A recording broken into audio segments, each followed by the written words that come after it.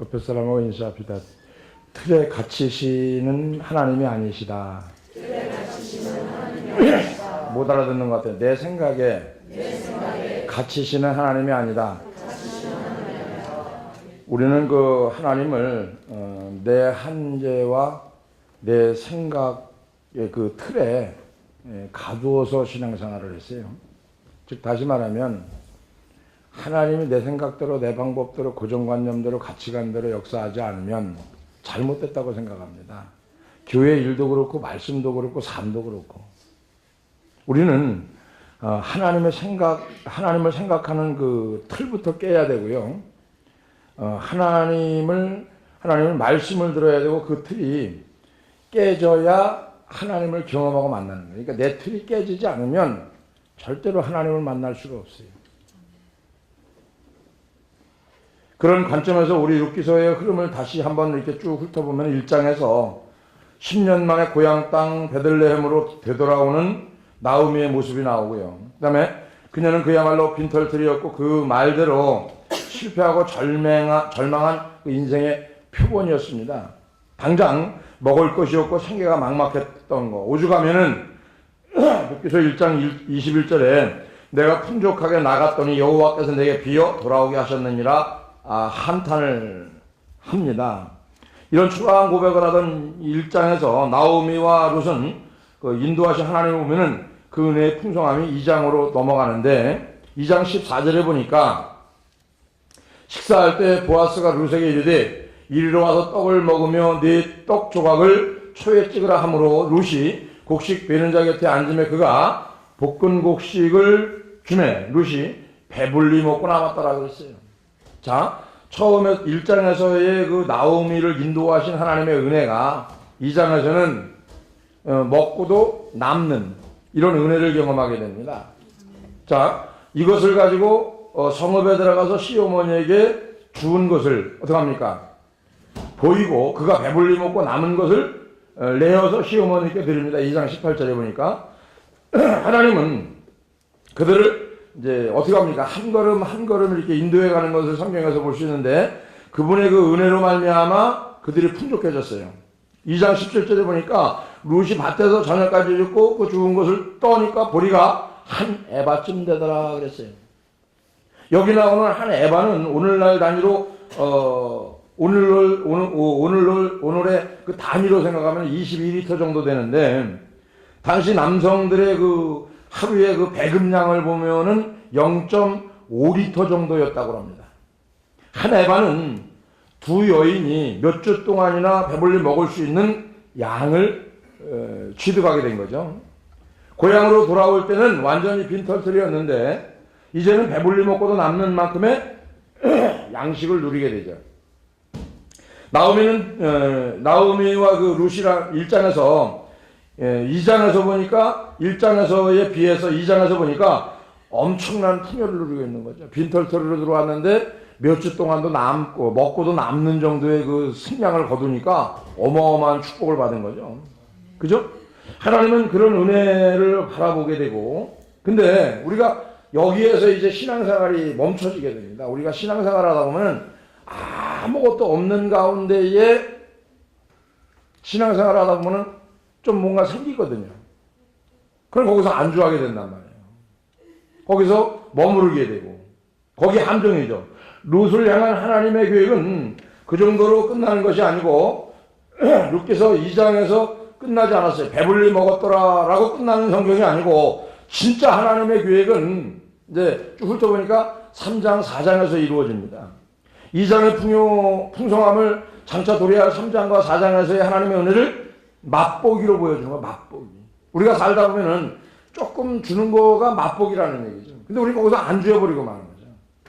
이게 아니고 성경에 보니까 그 인생 자체가 3장 4장으로 넘어가는데 우리가 2장이 너무 좋다 보니까 거기서 안주해버리는 거야. 1장에서 배고프던 시절을 생각하니까 2장에 이르러서는 더 이상 바랄 것이 없어지는 거죠. 왜? 먹고 배부르니까. 그러고는 여기가 좋사오니 하면서 2장에서 둥지를 들고 머물러 있는 인생이 신앙생활하는 사람들 중에 어마어마하게 많죠. 대개 우리는 2장에서 안주하는 인생이 되지 말고 3장과 4장으로 나가는 그런 인생이 되어지기를 주 이름으로 다시 한번 축원을 드리겠습니다. 여기서 이제 조심해야 할 게 하나 있어요. 뭐냐면은 영적인 교만이라고 할 수 있는 거죠. 포만감. 이거 경계해야 되는데, 왜냐하면 한번 경험한 실패가 있기 때문에, 또 이 하나의 경계가 뭐냐면은 사람이 멋이 들어간다는 얘기죠. 헛멋. 예를 들어서 조금 좀 살만하면은요, 멀쩡한 차도 바꾸게 되고요. 그죠? 멀쩡한 집도 바꾸게 되고요. 옷도 한참 입어야 되는데 괜히 바꾸게 되고요. 신발도 여러 켤레 있는데 또 사게 되고요. 이게 뭐예요? 헛멋이라고 하는 거예요. 이게 교만으로 들어가는 제일 첫 번째 진로입니다. 그래서 3장으로 들어가는데 가장 무서운 적이 있다고 하면은 바로 이건 영적인 교만이라고 하는 거죠. 이게 헛멋이라고 하는 건데, 헛멋이 드는 것은 영적인 포만감 때문이고, 영적인 포만감을 느끼지 않으면 헛멋 자체가 없습니다. 우리가 이 장에서 만족하고 한 에바의 포만감에 빠지게 되면은 쉬운 말로 위험하다는 거죠. 근데 성도들이 다 여기에 머물러 버리는 거예요. 다 거기에 머물러 버리다 보니까 발전이 안 되는 거죠. 3장으로 진입을 못 하는 거예요. 2장에서 어떻게 끝납니까? 2장 23절에 보니까 이에 룻이 보아스의 소녀들에게 가까이 있어서 보리 추수와 밀 추수를 마치기까지. 자, 추수가 끝나면 이삭 축제도 끝나는 거죠. 그래서 우리가 2장에서 만족하고 그곳에 둥지를 틀고 있다면 그 인생의 마지막은 곰핍함으로 말미암아 끝나버리고 맙니다. 결국은 신앙생활을 하면서 거기에 만족하고 교만이 들어오다 보니까 한참 가다 보면 1년, 2년 가다 보면은 거기서 끝나버리는 거예요. 그거를 3장, 4장으로 다시 넘어갈 수 있는 은혜를 받을 수가 없어요. 그렇기 때문에 2장의 풍요로움을 아직 누리고 있을 때 우리는 서둘러서 3장, 4장으로 건너가야 되는데, 2장에서 안주하는 인생이 아니라 3장, 4장으로 진입하는 하나님의 은혜가 목마른 영혼들이 되어지기를 주의 이름으로 축원합니다. 그런 의미에서 나오미는 지혜로운 사람이었다. 그녀는 하나의 에바를 가져온 며느리에게 이렇게 묻습니다. 2장 19절 20절에 보니까 야, 어디서 주웠느냐? 어디서 일을 했느냐? 그러면서 어디서 일을 했는지를 시어머니가 누구에게? 룻에게 물어봅니다. 20절 보니까, 자, 며느리에게 이르되 여호와께로 복받기를 원하노라. 그가 살아있는 자와 죽은 자에게 은혜 베풀기를 그치지 아니하는도다. 자, 보세요. 시어머니가 본 거는 다른 걸 본 게 아니라 룻에게 은혜를 베푸시는 하나님의 섭리를 바라보게 된 거죠. 일반적으로 0.5리터의 남성이 하루에 100을 받아야 될 그러한 에바를 이 여자가 22리터의 에바를 건져왔으니까 하나님이 지금 이 여인에게 지금 뭐 하고 있는 거예요? 눈독 들이고 있는 거예요. 뭐 하려고? 축복하려고. 할렐루야. 지금 우리가 여기에서 안주하는 신앙 되지 말고. 할렐루야. 그러다 보니까 우리가 먹는 거에 대해서, 물질에 대해서는 하나님하고 굉장한 적이 됩니다. 뭐 할 때? 성장될 때는. 누구나 다 경험하는 거예요. 저도 경험하고 여러분도 경험하는 건데, 중요한 건 뭐냐면은 시어머니 나오미로 말미암아 보아스가 어디 갑니까? 보이기 시작한 거죠. 20절에 나오는 기업물을 짜는 히브리어로 고엘이라고 하는데, 직역을 하면은 누군가를 대신해서 값을 지불해주는 사람이라는 뜻을 가지고 있는데, 고엘 제도에 대해서 레위기 25장에 보니까 25장 23절, 24절, 25절에 보니까, 자, 토지를 영구히 팔지 말 것은 토지는 다 내 것임이니라. 너희는 거류민이여 동거하는 자로 나와 함께 있느니라. 너희 기업의 온 땅에서 그 토지 무르기를 허락할지니, 만일 내 형제가 가난하여 그의 기업 중에서 얼마를 팔았으면 그에게 가까운 기업 물을 자가 와서 그의 형제가 판 것을 물을 것이요. 무슨 얘기냐면은 고엘 제도에 대해서 레위기에서 얘기하고 있는 25장의 말씀처럼 친족 중에서 어떤 사람이 너무 가난해서 유산으로 받은 땅을 팔아버렸을 때 고엘, 즉 가까운 친족 중에 한 사람이 그 땅을 자기가 다시 사서 원래 주인에게로 소유권을 되돌려 줄 수 있는 그 은혜를 지금 얘기하는 거란 말이에요. 그러니까 다른 경우로는 가난 때문에 종으로 팔려간 사람이 있다면 친족 중에 한 사람이 몸값을 대신 지불하고 그를 다시 자유롭게 풀어줘라, 이런 제도입니다. 그 친족 중에 형제가 자기 아내를 홀로 남긴 채 고인이 되었다고 하면 가까운 친족 중에 한 사람이 그를 아내로 맞아서 모든 신분을 회복시켜 줄 수 있는 은혜를 줘라. 할렐루야. 그래서 고엘 제도라고 하는 것은 하나님께서 약자를 향한 하나님의 배려하심이라고 하는 거죠. 이거를 지금 단적으로 얘기하면 사도행전으로 끌고 오면은 이 제도가 무슨 제도냐면 구제하는 제도입니다. 선교하는 제도란 말이에요. 무슨 얘기냐면은 우리가 지금 가지고 있는 꿈을 회복해야 되는데 이 꿈이 뭐냐면은 예수를 처음 믿었을 때의 꿈이 뭐냐 이거죠. 그게 뭡니까? 다른 거 없어요. 선교입니다. 여러분 성령 받았어요? 온 유대와 사마리아 땅끝까지 이르러 정인들이 할렐루야. 그거 이상 이하도 없다는 얘기죠. 응? 고엘일지 모른다고 생각할 것이 뭐냐면은 나오미는 한 에바의 식량에 만족하지 않고 꿈을 꿨다는 얘기죠. 한 에바의 보리를 보면서 그것을 그저 식량으로만 보지 않고 하나님이 자신과 며느리를 버리지 않으셨다는 걸 본 거예요. 우리는 물질에만 눈을 들이는데 이 나오미는 물질에만 눈을 든 게 아니고 지금 이거를 이렇게 주신 하나님이 나를 버리지 않았구나. 나를 끝까지 지켜주시겠구나. 나를 반드시 축복해 주시겠구나. 할렐루야. 이런 꿈을 꿨다는 거죠. 고해를 들어서 놀라운 은혜를 주실지 모른다는 꿈을 꾸기 시작했는데 신앙은 현실에 만족하는 것이 아니고요. 미래를 향해 전진하는 겁니다. 할렐루야. 3장에 나오는 그 꿈으로 인해서 능동독이 되는데 1장에서 그녀는 자신을 환영하는 고향 사람들에게 나를 나옴이라 부르지 말고 마라라 부르라고 1장에서 얘기했어요. 그럴 정도로 절망하던 인생이었는데 하나님의 꿈이 나오미 속에 들어가니까 얼마나 적극적이고 역동적이 되었는지 모릅니다. 이 부분을 얘기하면. 그러면 우리가 지금 가지고 있는 꿈이 뭐냐 이거죠. 그냥 잘 먹고 잘 살고 편안하고 기쁘고 즐거운 거 아니라는 얘기죠. 지금 저와 여러분들이 가지고 가야 될 꿈은 뭐냐면요. 하나님의 나라가 이 온 세계에 도래하는 겁니다. 인류의 구원을 위해서 오신 예수 그리스도를 믿는 저와 여러분들이 그분이 하시고자 하는 일을 나를 통로 삼아 하시고자 한다고 하면 그것이 영광이고 할렐루야. 그것을 위해서 가야 돼. 그냥 먹고 사는 것만 편한 것만 즐거운 것만 기쁜 것만 별일 아닌 건데 그거는요 아무나 받는 거야. 내 인생이 3장과 4장을 살고 있다고 하면은 제가 요즘 보면은 3장과 4장을 살고 있는 요즘 내가 나이 들어가는 것을 느끼면서 이제 나이가 들어가는구나 아쉬워지는 거죠.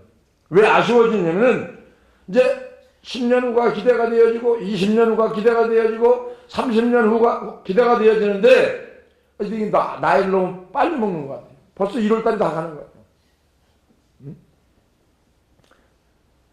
그러니까 아쉬운 마음이 있겠죠. 그죠? 그 다음에 내 인생에 있어서 앞으로 올해 들어서 기대가 작년이 만약에 100%라고 하면 올해는 내가 하나님이 나를 통해서 일하실 것을 기대한다고 하면은 몇천 프로가 되는 것 같아요. 지금 이렇게 놀라운 은혜를 누리고 있는데 아직은 끝나지 않은 거 아니에요. 아직. 내 60대 인생은 어떨까? 하나님의 은혜가 60대 인생이 얼마나 풍성하게 내려지실까? 그거는 내가 확인하는 일이라는 얘기죠. 내가 노력 안 하고 기도 안 하고 영혼의 열정을 태우지 않고 선지의 열정을 태우지 않으면 내 인생의 60대는 피폐할 수 있고요. 그죠? 또 내 70대는 얼마나 더 풍성하겠는가? 정말 이대로만 가고 기도하고 하나님께 매달려 간다고 하면은 기대가 되는 인생이 되어진다는 얘기죠. 왜? 내 삶에 개입하셔서 일하시는 하나님이 나를 붙들고 있기 때문에.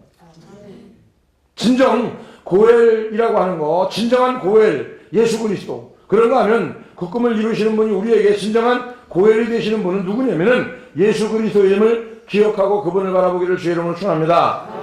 구약의 고엘 사상은 예수 그리스도의 십자가 구속에 대한 예표인데 고린도전서 6장 19절 20절에 보니까 이거 나와 있죠.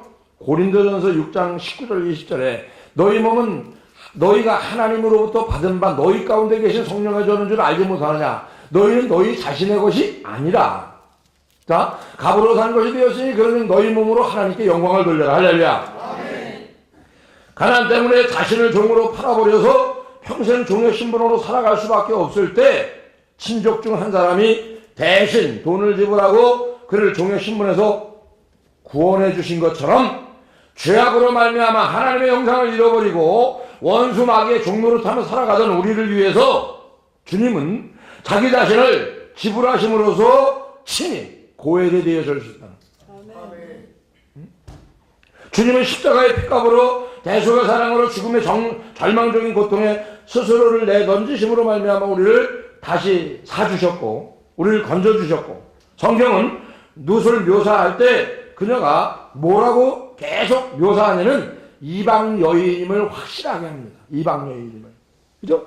이방 여인 룻. 이것이 강조되는 것은 뭐냐면은 그녀는 자격이 없던 이방 여인이었다는 얘기죠. 자, 그런 관점에서 보면은 우리도 자격이 없던 이방 사람이었다는 얘기죠.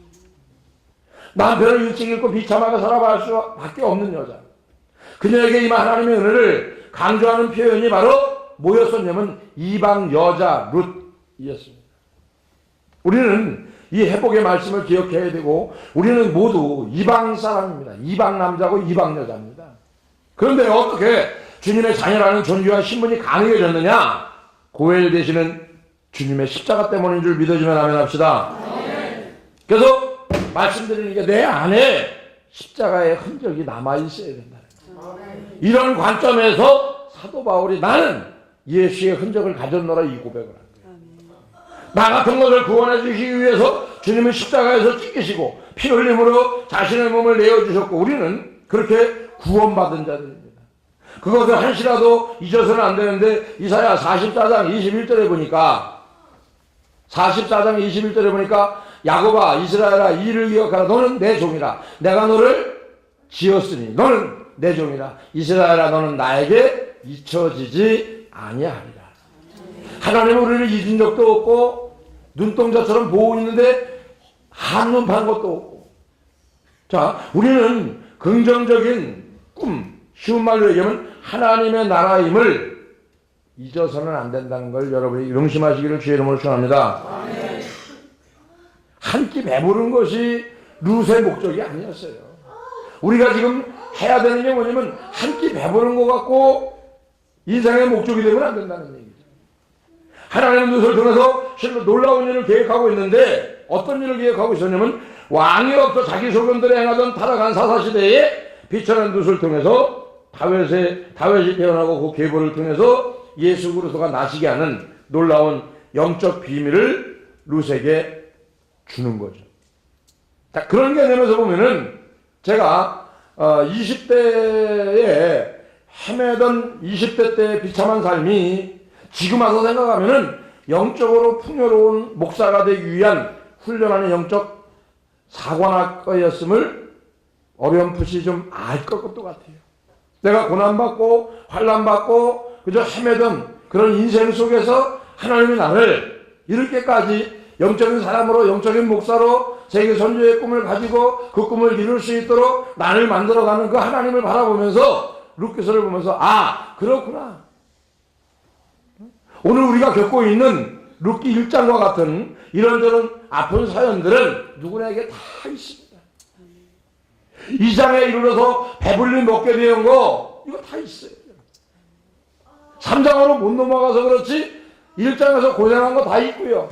2장에서 배부른 거 다 경험했다니까요. 문제는 뭐냐면은 3장으로 못 넘어간 거예요. 꿈을 못 꾼 거예요. 하나님의 살아계심을 영적인 눈이 띄어지지 않은 거예요. 시편 23편에 보면은 이런 얘기가 있습니다. 여호와는 나의 목자시니 내게 부족함이 없으리로다. 다 아는 거예요. 수천 번 들은 거예요. 2절에서 5절까지 이 땅에서 누리게 되는 은혜의 풍족한 그 은혜에 대해서 나옵니다. 나를 푸른 풀밭으로 인도해 주시고 쉴만한 물가로 인도해 주시고 때로는 사망의 음침한 골짜기로 빠질지라도 주의 지팡이와 막대기가 나를 건져주시는데, 그러나 시편 가장 중요한 핵심이 마지막 절이 6절인데 23편 6절인데 평생의 선하신가 인자하신 반드시 나를 따르리니 내가 여호와의 집에 영원히 거하리로다. 무슨 얘기입니까?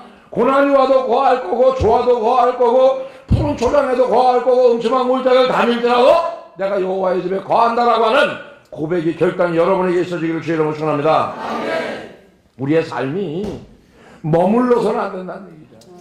응? 6절을 지향해야 되고 나에게 닥친 어려움 속에서 내 눈물을 닦아주시는 하나님의 은혜를 다 경험했어요. 다. 그렇다고 하면은 이제 한 에바에 목매어 기댈 것이 아니고, 그죠? 영원히 거할 하나님의 나라를 바라보면서 전진하시기를 주의 이름으로 축원합니다. 인생길에서 푸른 초장과 쉴만한 물가를 만났다면은 장차 그 나라에서 나를 풍족히 인도하실 하나님이 맛보기로 그것을 보여준 건 맛보기로 여러분. 1장에서 2장에서 주는 그 조금 22리터 되는 에바를 바라보면서 거기에 만족하는 신앙이 아니고요. 3장 4장으로 넘어가서 진짜 하나님 나에 대한 계획을 갖고 있는 것을 내가 친히 경험하고, 할렐루야. 진짜 쉴만한 물가로 나를 인도하시는 그 하나님, 할렐루야. 그러면서 평생의 선하심과 인자하심이 반드시 나를 따르리니 내가 여호와의 집에 영원히 거하는 저와 여러분이 되어지기를 주의 이름으로 축원합니다. 주님은 우리의 병을 고쳐주시고 귀신을 쫓아내시려고 이 땅에 오신 것이 아닙니다. 십자가를 지러 오셨고 우리의 영혼을 구원하러 오신 거지 다른 걸 주시러 온 게 아니에요. 여러분, 그 밖의 일들은 맛보기라는 거예요. 진짜를 경험하시기를 주의 이름으로 축원합니다. 타락 이후의 인간은 그냥 그저 먹는 거에만 그냥 국한되어 있는 거예요. 거기에 머물러 버리는 거예요. 요즘 우리의 시야가 좀 넓어져야 되겠죠. 그죠? 아이들도 외국에 갔다 오면 시야가 넓어져요. 응? 우리가 성경을 보면서 시야가 좀 넓어져야 되고, 아니라면 맨날 그 썩고 죽고 없어질 거, 놀지 못하는 거, 구경 못 가는 거, 그죠? 쉬지 못하는 거. 그러면 고깃 덩어리 그렇게 쉬어서 뭐 하려고요? 응? 쉬어서 뭐 하려고? 아무 소용없습니다. 그러니까 생각이 안 바뀌는 거예요. 거기에 그냥 고정돼 버리는 거예요. 그러니까 아무것도 안 잡히는 거예요. 주님하고 상관없는 삶을 사는 거예요. 교회에 와서 아무리 봉사하고 헌신하고 예배드리고 기도해도요, 안 변하는 이유는 뭐냐면은 기본에 충실하지 않아서. 내 설교를 보면은 기본 얘기를 한 수천만 번 한 것 같아요. 수천만 번. 기본에 충실하지 않으면 안 바뀌는 거예요. 바뀔 수도 없고. 기역, 니은, 디귿, 리글을 모르는데 어떻게 한글을 깨우치고 알고 읽을 거예요? 못 읽습니다. 우리가 지금 기억해야 될 게 바로 그거예요. 우리가 알아야 될 게 바로 그거고, 우리가 행해야 될 게 바로 그거고. 저와 여러분들이 지금 이 시대에 영적인 눈이 띄어져야 됩니다. 그냥 먹고 마시는 거에 분족하고 돈이 좀 있으면 그거로 만족하고 거기에 매이고 거기에 쓰여서 그저 먹고 사고 똥 싸고 오줌 싸고 잠자고 이거가 나고, 주님 나라 위해서 쓰임받는 거, 하나님 나와 함께하는 거, 진짜 세계 선전을 위해서 목적 갖고 가는 거, 이거는 안중에도 없고 관심도 없는 거.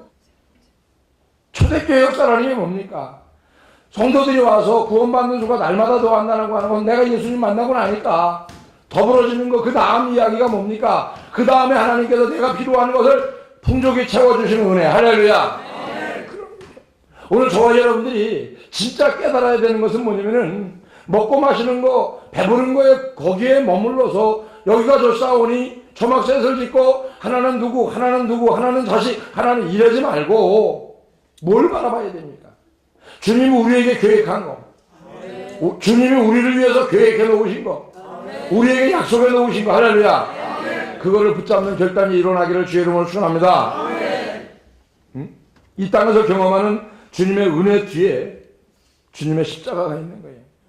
그 십자가 문을 통과해야 하나님 나라로 들어갈 수 있는 걸 볼 수 있는 영안이 열리는 거예요. 오늘 여러분이 이 은혜가 임하기를 주의 이름으로 축원합니다. 이게 전 그런 생각을 해봐요.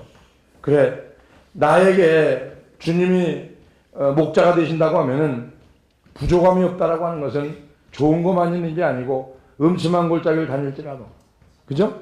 해를 두려워하지 않을 것은 주님이 나를 함께 하시니까, 나를 건져주실 것이니까, 나를 인도하실 것이니까.